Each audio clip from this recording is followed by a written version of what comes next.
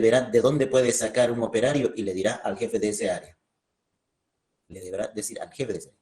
Ese jefe dirá, el que no tiene tanto trabajo y lo ha terminado rápido, ya está libre. Ese recién decirá, vos anda allá. ¿No? Así debería ser la forma de dirigir. Otro principio, la búsqueda del bien común. Trabajo en equipo, ¿no es cierto? Lo que decía Taylor. La remuneración, el pago justo. Ya hablaba un poco él del pago. Mientras más se le exija, mejor debería de pagársele, ¿no? La centralización es otro elemento importante que habló Fayol. Y gracias a esa idea hoy se habla pues de descentralización y descentralización. ¿A qué se refería con la centralización? A la capacidad de decisión. ¿Quién va a tomar las decisiones? ¿Un solo jefe de cada área o el jefe máximo de toda la empresa? Si el jefe máximo, el dueño de la empresa, decide todo, la empresa es centralizada. Si el jefe dice o decide, cada director de área decide cómo se va a trabajar y en qué se va a trabajar, nosotros solamente coordinamos, entonces la empresa es descentralizada, ¿no? Jerarquía, hablábamos en la anterior clase, ¿no ven? Siempre va a haber líneas de mando, entonces el que esté arriba siempre va a ser el jefe.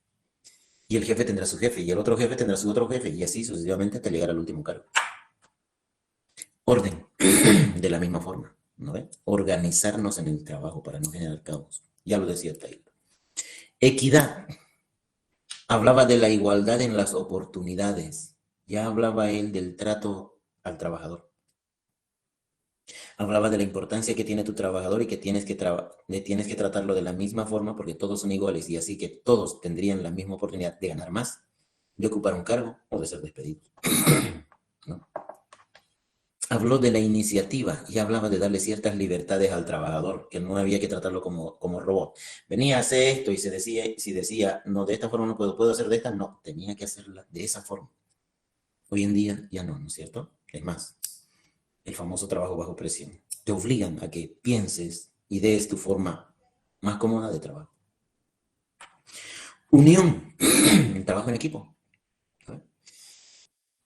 Fayol ya hablaba, ¿no es cierto?, de la colaboración máxima. Aquí hablaba de la unión de los trabajadores. Entonces había que trabajar en equipo.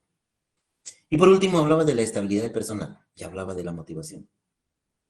El trabajador tenía que sentirse seguro en su trabajo. Si se sentía seguro, rendía mejor, ¿no? Esos fueron los principios que postuló Fayol. Tienen mucho que ver con el proceso administrativo, si ustedes se fijan, pero ya podemos identificar la diferencia con la administración de Taylor. El aspecto social, ¿no? Lo de Fayol, netamente administrativo. ¿Qué producto? Que hacer esto y esto y esto y esto. Aquí, administrativo, que hay que trabajar de esta forma, pero también ya hablaba del personal. Equidad, iniciativa, unión, estabilidad del personal, remuneración, el bien común. Entonces estos principios se aplican hasta ahora. Hasta ahora. Y se quedó como padre de la administración moderna. Pero no terminó ahí, porque los estudios de Fayol dieron lugar a otro elemento básico de la administración. Se empieza a hablar de las famosas relaciones humanas en la empresa. Entonces ya prácticamente el proceso administrativo ya se sabía qué se tenía que hacer, ¿no ve? Tienes que saber esto, tienes que planificar, organizar, perfecto. Pero resulta que todo lo que tienes en la empresa, pues, no era un objeto inanimado, ¿no? Si decides tu computadora poner en el suelo, tu computadora no te dice nada, pues va a estar en el suelo. Si decides cerrar la puerta, tu puerta no te dice nada, pues ni la habitación, ¿no? ¿Quiero estar abierta? No, no, se cierra. La materia prima, si decides producir algo, pues produce, y si no, no. Pero se dieron cuenta que había otro recurso, que era mucho más importante que tu ambiente, que tu infraestructura, que tu equipamiento, que tu materia prima. El recurso más importante en la empresa son las personas, los seres humanos, ¿no es cierto? Los seres humanos. Y de ellos depende, pues. Puedes darle el mejor equipo, si no quiere manejarlo, no lo va a manejar, no va a producir. Puedes darle el mejor ambiente, si no lo quiere aprovechar, no lo va a aprovechar, ¿no? Se dieron cuenta de eso.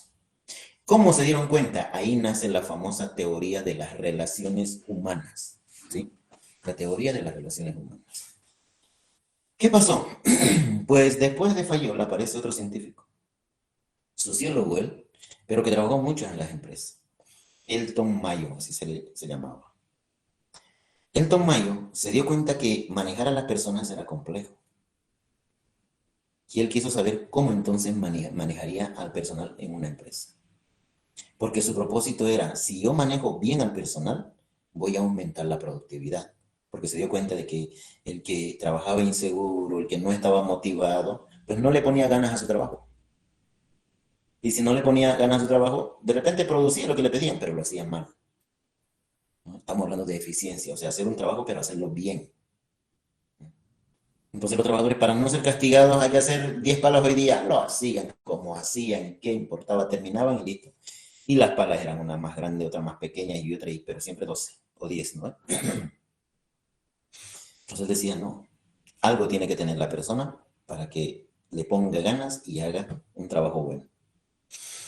Para ello, realizó el famoso experimento de Houghton en Estados Unidos, en la famosa empresa de General Electric, la deben conocer, han debido escuchar historia, propaganda, todo, ¿no? General Electric. En esa empresa se fabricaban los focos. Han conocido esos focos antiguos, incandescentes, así redonditos, con un filamento, ¿no? Que gastaban un montón de energía. Los bombillos. Eso producían en la General Electric. Entonces él aprovechó ahí e hizo un famoso experimento que no lo terminó por cuestiones organizacionales de la empresa y todo lo demás, pero se dice que fue suficiente para darse cuenta de una cosa.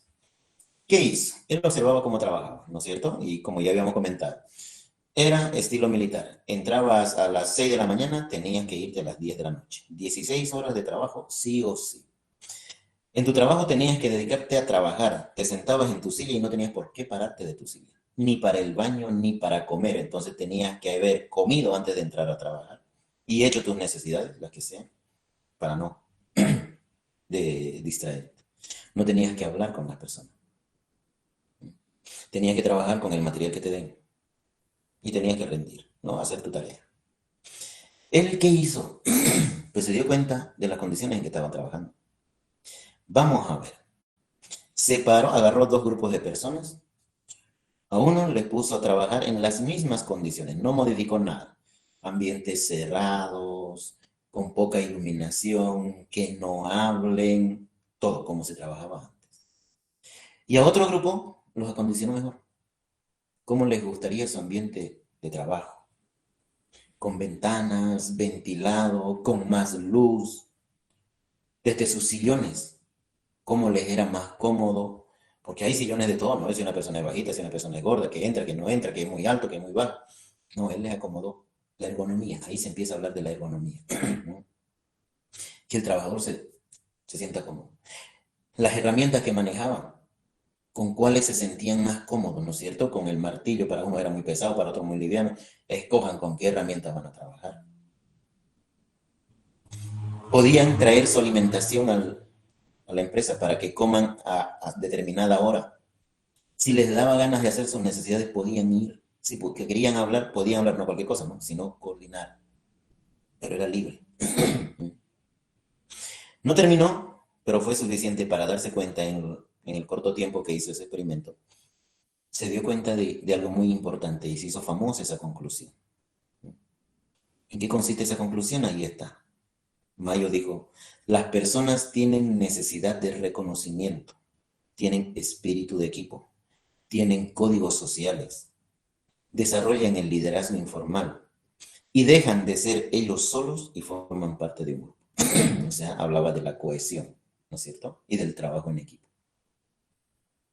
No fue más, no fue más. Entonces el Tom Mayolo, psicológicamente al trabajador, hay que prepararlo. Entonces debe ser una persona con estabilidad mental.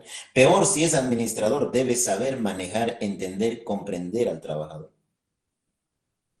El administrador debe saber comunicarse con las personas y entre las personas también, porque a través de ello se transmite ideas, se guía, se dirige, se comunica tareas, procesos.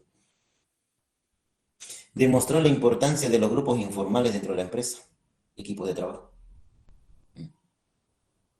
Y hoy en día, gracias a Elton Mayo, esto es lo más importante en las empresas, lo que buscan las empresas. Han visto esos anuncios de periódico, ¿no? Se busca personas para esto y esto y esto, con capacidad de trabajo bajo presión, fortaleza psicológica, con facilidad de palabra, que se comunique, ¿no? Y trabajo en equipo,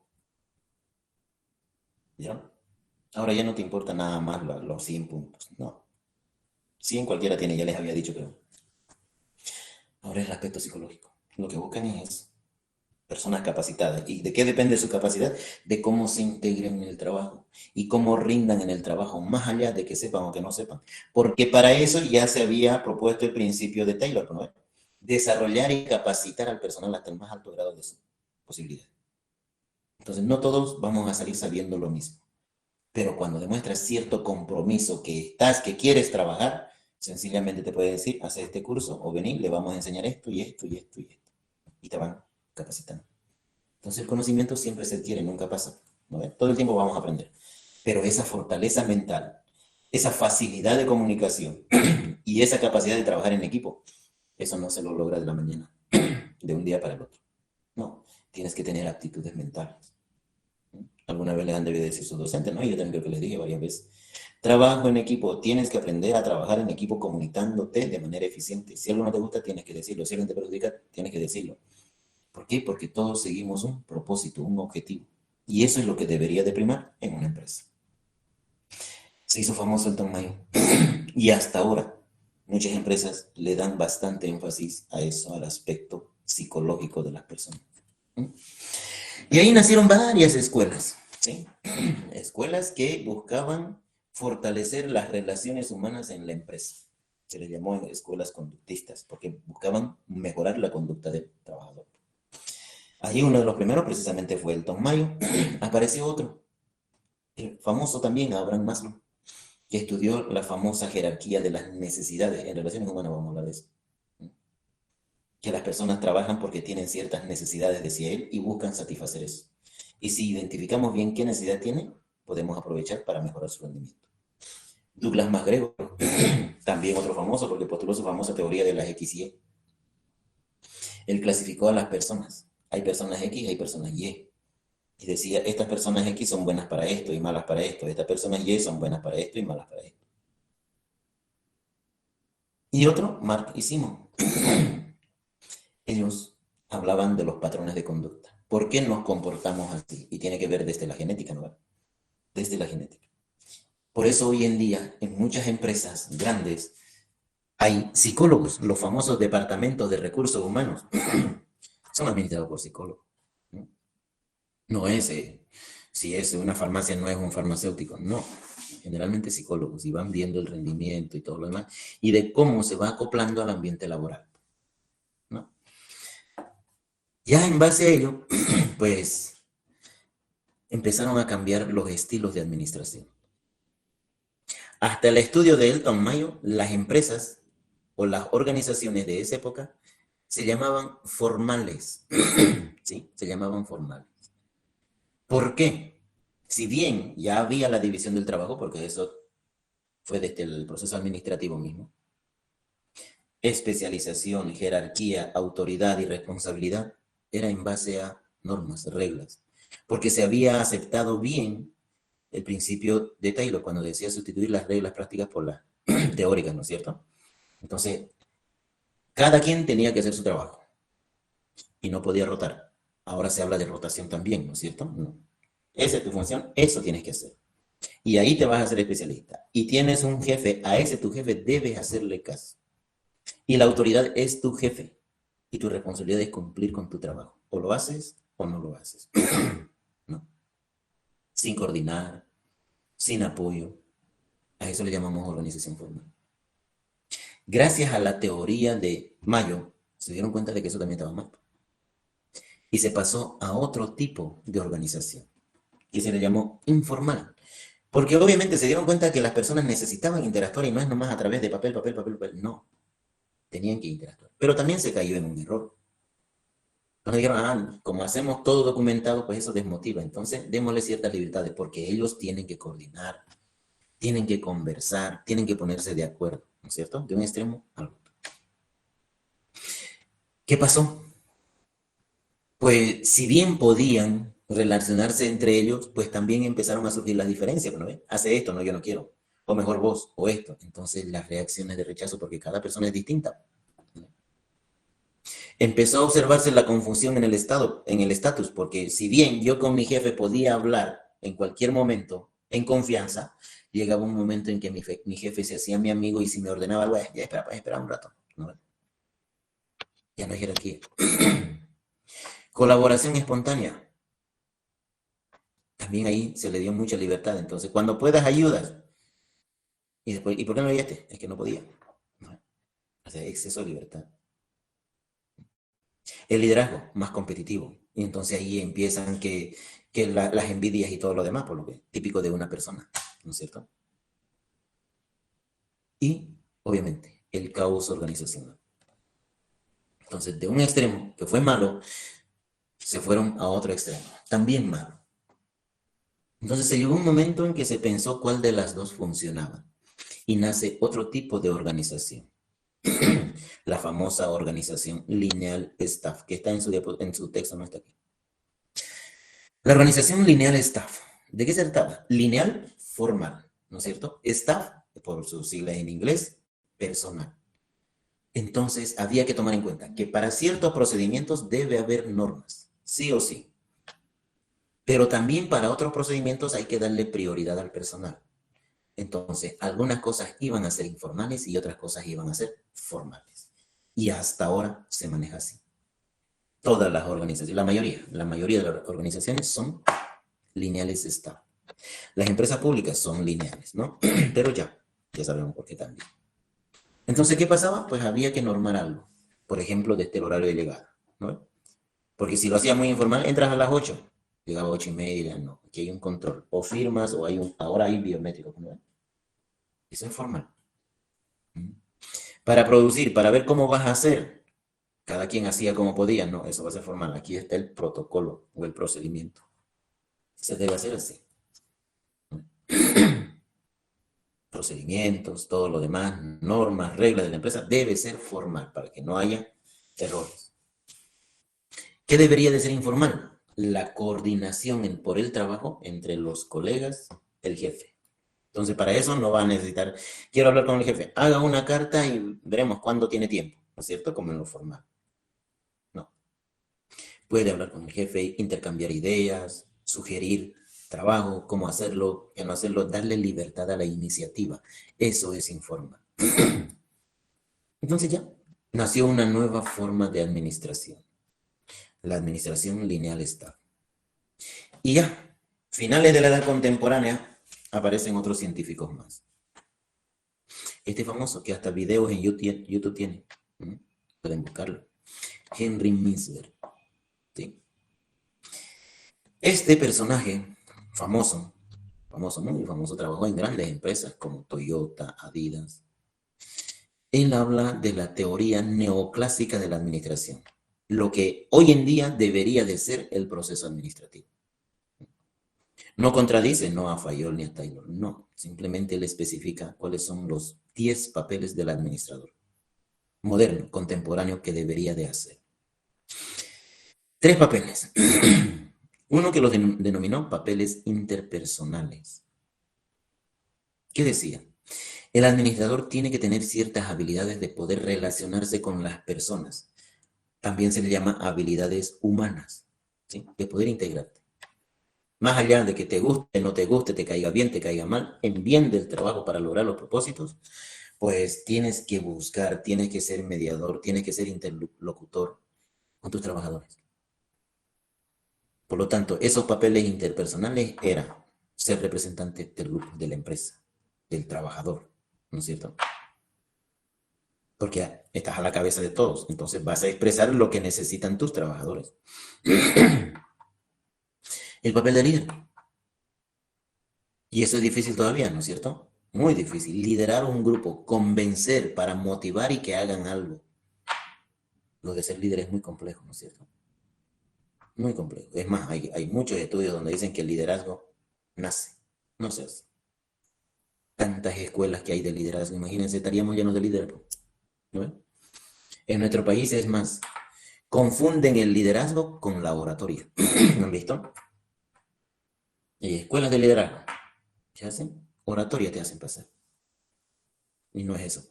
Un líder tiene principios, tiene valores, tiene motivación, tiene planes de vida. O sea, él se ve más allá, cómo yo me veo, y busca lograr eso con la ayuda de los demás. ¿No? Eso es lo que busca un líder. Y también desarrolla el papel de enlace entre los mismos trabajadores, si hay diferencia, entre los trabajadores y la gente de afuera. Porque tiene que coordinar todo lo que se haga y la coordinación siempre es con el personal.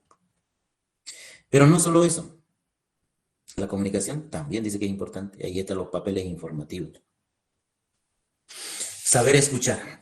No todos los administradores saben escuchar, ¿no?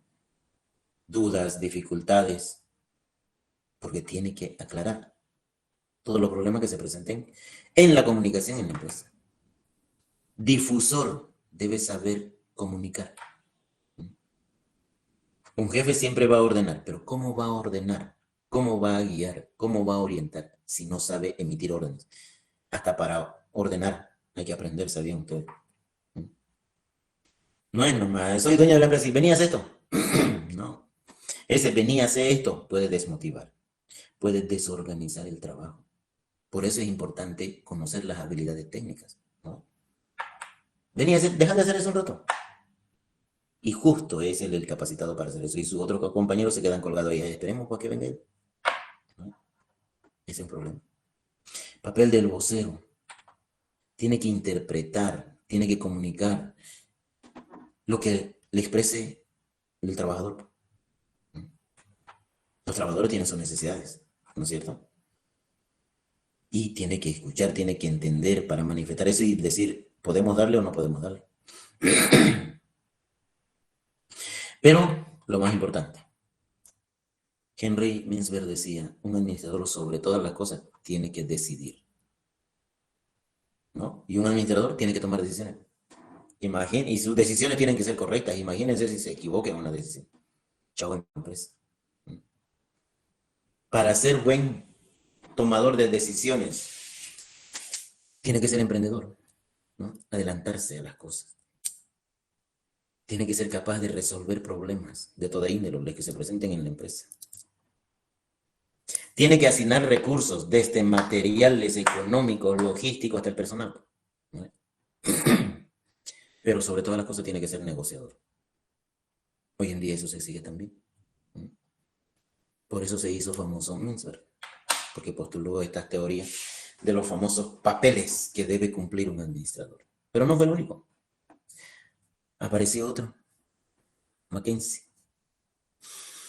Mackenzie estudió también la administración y postuló otra teoría, que no es muy diferente, que es importantísima más bien, porque nos ayuda a identificar otros aspectos que podrían guiarnos en el proceso administrativo. Mackenzie postuló su famosa teoría de las 7 S. ¿Sí? Porque son 7 elementos cuyo nombre en inglés precisamente empieza con S. ¿Sí? Ya en español cambiaría todo, ¿no? Ya no serían 7 S, pero así se lo conoció. El creador de la famosa teoría de las 7 S, porque son 7.7 elementos que decía el administrador tiene que hacer en la organización. Primero, estructura. Vamos a hablar en organización de la estructura. Decía Mackenzie, el administrador tiene que armar su estructura organizacional, saber quién va a hacer qué cosa, de quién depende qué tarea, qué persona, cuáles son los niveles administrativos. ¿No es cierto? Es como cuando uno elabora su trabajo. Estructura, ¿no? Ustedes deben estructurar a través de un mapa conceptual o lo que ustedes quieran, un árbol de ideas, lo que sea. Hoy día a las 7 me levanto, a las 7:30 termino de desayunar, a esto y a esto y a esto y a esto. Y esto lo voy a hacer así, y esto allá, y esto aquí, y esto allá, ¿no? Formamos un organigrama. Esa es la estructura. Las empresas deben tener una estructura, según sus necesidades, según el trabajo, las actividades, ¿no es cierto? Y según el tamaño, obviamente. También habla de sistemas. Dice, un administrador debe aplicar sistemas para todo el proceso administrativo y organizacional. Sistemas de producción, sistemas de control, sistemas de dirección, sistemas de evaluación, sistemas de administración. Todo debe estar sistematizado o programado, si ustedes quieren, y detallado. Así le facilitaría el control, decía, y así sabe qué es lo que tiene que hacer exactamente el administrador. Porque si no elabora sistemas, ¿qué va a hacer? Lo que se le ocurra, y eso favorece la desorganización. También decía, todo administrador tiene su propio estilo, y eso lo infunde o lo difunde a la empresa. ¿Verdad? Y eso les debe pasar a los que trabajan. Si tu jefe es aburrido, odioso, la forma de trabajar en la empresa es odiosa y aburrida también, ¿no? Pero si tu jefe es cordial, motiva, ríe, todos en la empresa ríen, ¿no? O si es, vamos a poner, a ver cómo les diría, intolerante, si es muy exigente. Hay personas hay jefes que son insoportables, ¿no? Te dicen, haz esto, sin darte las herramientas necesarias y todo lo demás, ¿cómo lo vas a hacer? Entonces, cada administrador le impone su estilo a la empresa. Y eso es muy importante. Si el estilo es malo, por más que el administrador quiera y pida, no. El staff, el personal. Dice también McKinsey de que en la empresa, en la organización, debemos tener y seleccionar el mejor personal. ¿Y cuál es el mejor personal? El que esté preparado, el que sepa trabajar bajo presión, el que tenga facilidad de comunicación y el que trabaje en equipo. ¿Se dan cuenta? 4 elementos. ¿Dónde quedó relegado el conocimiento? Es uno solo. Por eso varias veces insisto que su 100 que se saquen, porque algunos se preocupan en su 100, no les va a servir de absolutamente nada. Conocimiento es uno solo.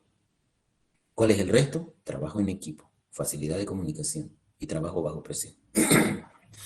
No sabes eso, por más que tengas 100, de nada te sirve. Sabes eso, con que tengas 51 te bastiza de sobra. Habilidades. Dice McKinsey que el administrador, no solamente porque tenga estructura, porque tenga sistema, un estilo propio y se rodee del mejor personal, listo, ya está asegurado el personal. No. Se deben desarrollar habilidades. El administrador debe tener habilidades interpersonales.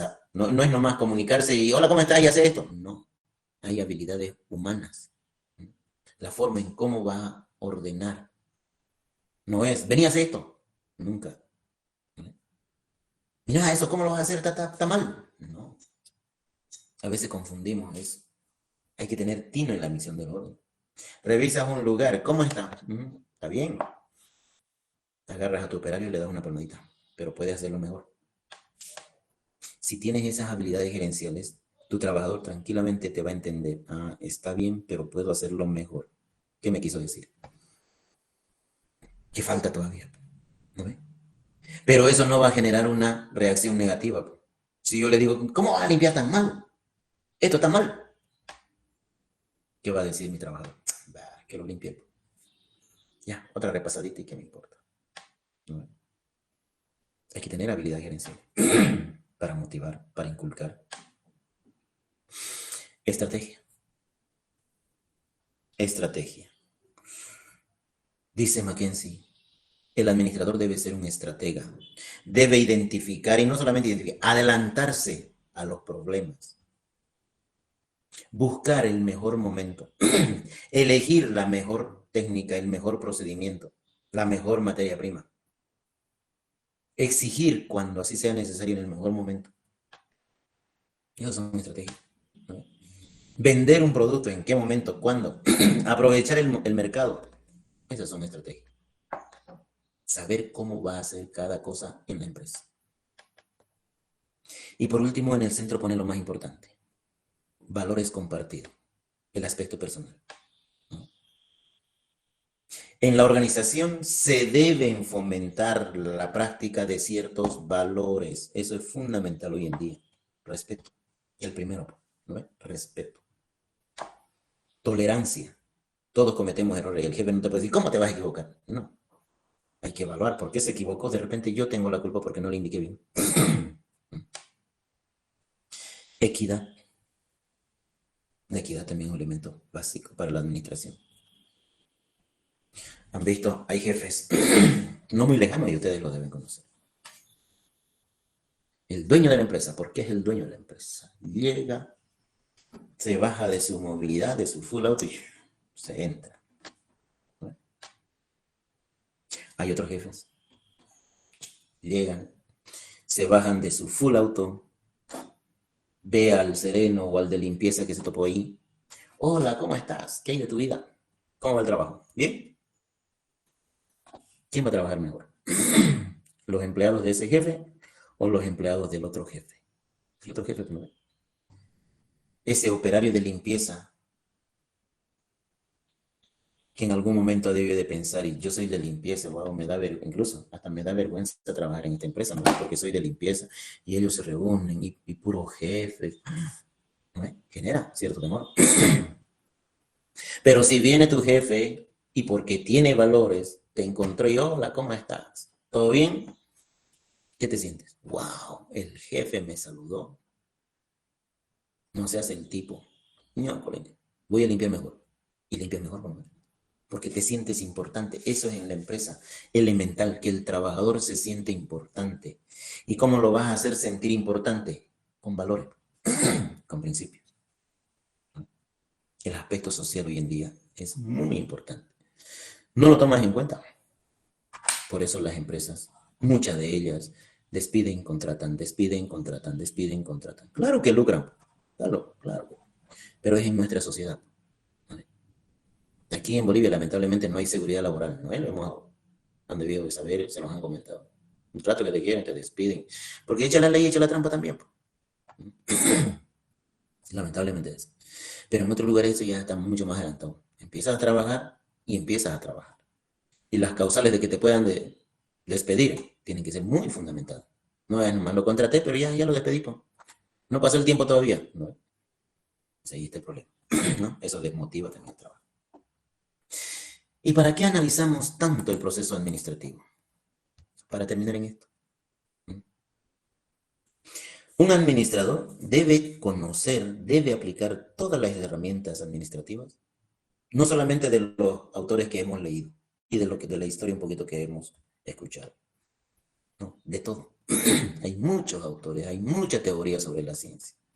¿No? Imagínense estudiar 5 años para ser licenciado. Esos 5 años estudias licenciatura, ¿para qué? Para estos, ¿sabían ustedes? Para esta diapositiva, para tomar decisiones. Un administrador toma decisiones todo el tiempo y en sus decisiones no puede equivocarse. ¿No? Lo habíamos dicho los primeros días. Te equivocas en una decisión, listo, de repente echas una empresa, pierdes dinero, entras en quiebra y ya está. Entonces hay que saber tomar decisiones. Y todo ese proceso complejo que implica tomar decisiones, lo hemos resumido en 8 puntitos. Cada uno es complejo, ¿no? Y hay que desarrollar habilidades. No es fácil. Ahí están 8 pasos. En el primero nomás nos podemos tardar días, semanas. Pero un administrador no, pues tiene que tomar la decisión en ese momento, ¿no? Hay que hacer esto, no hay que hacer esto, tomen en cuenta esto y hagan esto y vamos a hacer esto y vamos a aprender aquello y esto y esto y esto. Y como le decía, el paso 1, nomás, si no tenemos la experiencia, las habilidades, no conocemos la parte técnica operativa del trabajo en la empresa, imagínense 2 semanas de estar identificando el problema. Hasta eso ya pasó la oportunidad. No, ya pasó la oportunidad. Por eso el administrador debe ser emprendedor, tiene que adelantarse a los problemas. No esperar que sucedan los problemas. Si espera que sucedan los problemas, chao, empresa. Identificar el problema. No es ser reactivo frente a los problemas, ¿no? Han visto esos jefes o esas personas, se presentó un problema y ¿quién fue? Lo primero, sin siquiera identificar el problema, ¿quién fue? ¿Quién lo hizo? Ay, pero volvemos al principio, el aspecto humano de la empresa. Esa es tu reacción. ¿Quién fue? Que venga. Listo, desmotivó al resto. Desmotivó al resto. Porque van a empezar a trabajar temerosos. Si me equivoco, lo primero que va a decir es buscar culpables. Ahí me va a llamar a mí, me va a tratar. No. Ese es un gran problema que cometemos. Hay que identificar bien el problema. No podemos actuar como actuamos con las relaciones de nuestras parejas, ¿no? ¿Cómo es tener cortejo? Cuando te dijo voy a llegar a las 7 y no llegó el desgraciado a las 7, ¿qué pasa? ¿Identifica el problema? No. Busca culpables, ¿no? Seguro pues que está con la otra. Este que es descuidado. Ah, seguro pues su papá no le... Todo es culpable. Y llega, pero dice por esto, por esto. ¿Cómo te creo? Mentira, así nomás son. O sea, ya, la discusión. Eso no puede suceder en una empresa. ¿No? Tienes que identificar el problema. ¿Cuál es la causa primordial para que ocurra eso? Y así como identificas el problema, tienes que identificar los criterios de decisión. ¿Qué voy a hacer en caso de que me esté siendo infiel, de que le haya dejado el micro, de que su papá no le haya dado permiso? Tienes que tener la estrategia, ¿no? Si su papá no le dio permiso, no puedes enojarte. ¿Se dan cuenta? Pero entonces, ¿qué vas a hacer? ¿Vas a ir a hablar con su papá? ¿Qué le vas a decir? ¿Que le dé permiso? ¿No? Eso. Y para un problema no hay una solución, pueden haber 10 soluciones. ¿Qué hacemos después? Le asignamos un peso determinado al criterio de solución. ¿Qué voy a hacer? Le voy a terminar. Ya, este maldito, es la última vez, voy a terminar con él. ¿Lo pensaste 10 veces? ¿Qué pasa cuando pides terminar? Llegas a tu casa y te pones a llorar. Eso porque no lo pensaste. ¿No? Y todavía lloramos y seguimos buscando culpables. Ay, pues que así son las mujeres, que no se sabe que los hombres. Y sigo culpando como justificando mi llanto. Si fue una decisión mala. ¿No? Eso, no podemos hacer eso en la empresa. Hay que desarrollar las alternativas. Ya, voy a terminar. ¿Y después qué? ¿Y después qué? ¿Me voy a buscar otro? Un día voy a llorar, el otro día va a aparecer. ¿Y tu llanto? ¿No? Perdiste dinero, hoy día vas a llorar. ¿Y después qué? Mañana pasado lo vas a recuperar. Imposible. Pues. ¿No? Hay que analizar. Analizar la alternativa. Esta es mi oportunidad de mercado. El problema es la entrega. ¿Cómo voy a hacer la entrega? Ya, contratemos un camión. Hay un bloqueo ya. ¿Qué vas a hacer? ¿No? ¿No pensaste en eso? Sí, bloqueo. Mejor en avión. Hay transporte aéreo. ¿No? Y selecciona la que sea más correcta. Perdón, se me sacó mi garganta. Me voy a envenenar un ratito ya.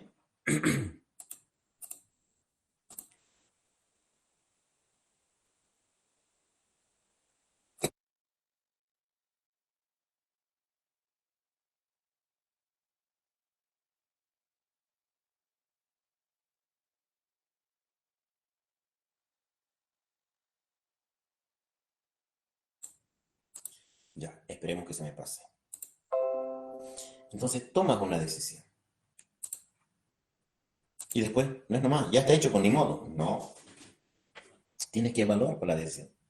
Porque se supone que cuando tomas una decisión, si corregiste un problema, te sirve de experiencia para evitar un problema.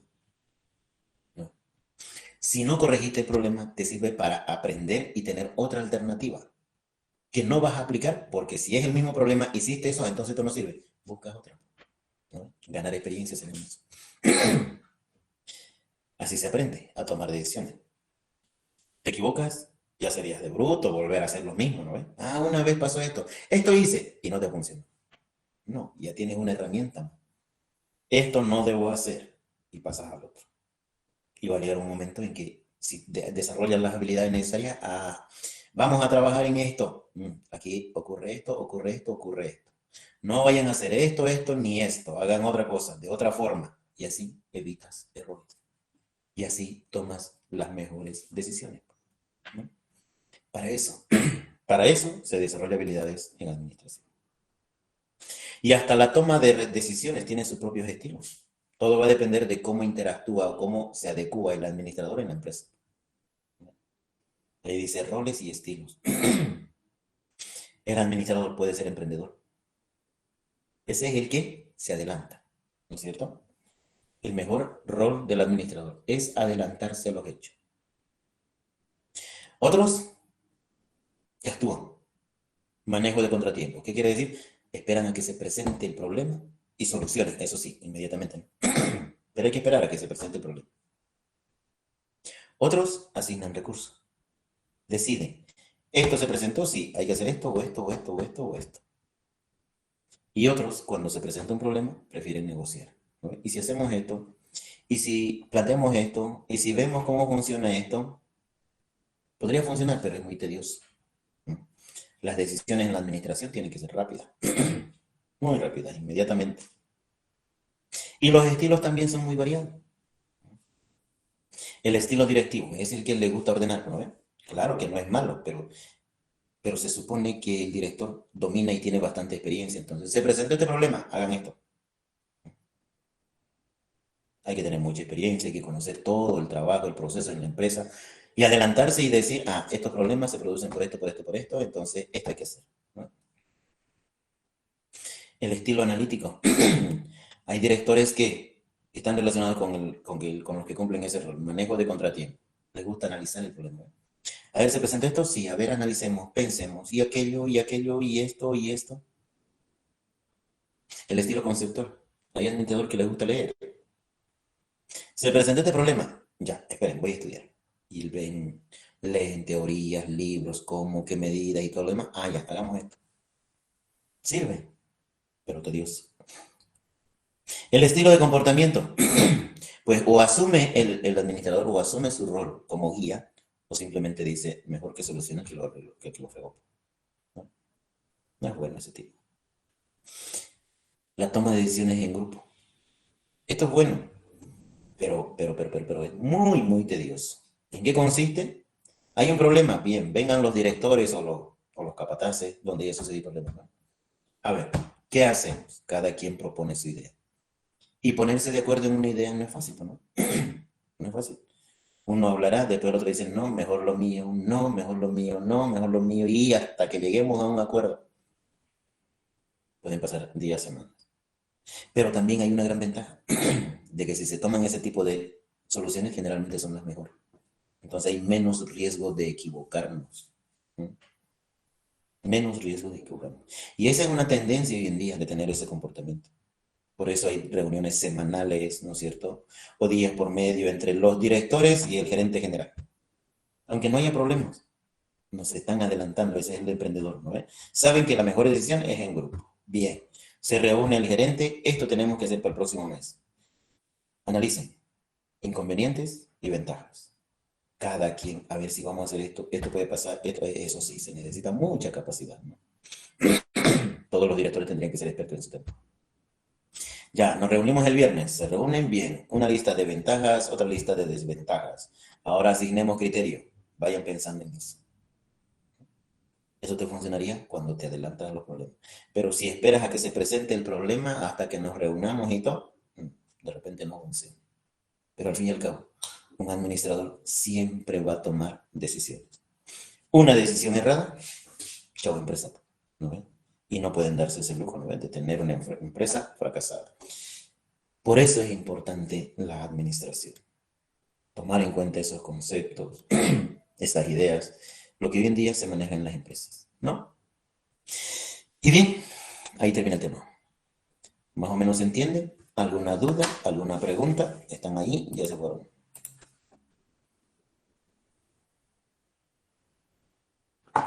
Me imagino que siguen ahí. Voy a tomar lo que entendieron. Sí, se entendió. Sí, Bien. doctor, que quería hacer una pregunta sobre los principios de administración, sobre el punto de centralización, si me lo podría explicar, por favor. Lo mismo quería yo que nos explique, doctor, por favor, sobre centralización y descentralización. Como les decía, tiene que ver con la toma de decisiones. ¿Quién decide? ¿Quién guía? ¿Quién ordena? Si hay una sola persona, si es el jefe general, el gerente general de la empresa, el que decide todo lo que se va a hacer en la empresa, se llama organización centralizada. ¿Ya? Si en la empresa hay mandos medios, o sea, el gerente general no decide, sino cada gerente, subgerente. El de producción decide lo que se va a hacer en producción. El de marketing decide lo que se va a hacer en marketing. El de recursos humanos decide lo que se va a hacer con el personal. Pero entre ellos coordinan y llegan a un acuerdo. Ah, cada quien por su área toma sus propias decisiones. Entonces, como hay más libertad, se llama descentralización. Entonces, el centralismo o la descentralización está en función del cumplimiento, de la dirección, del control, de la planificación, en función de una persona o de varias personas. Si es una sola, la empresa es centralizada. Si son varios, la empresa es descentralizada. ¿Sí? Más o menos. Sí, doctor, gracias. Bien.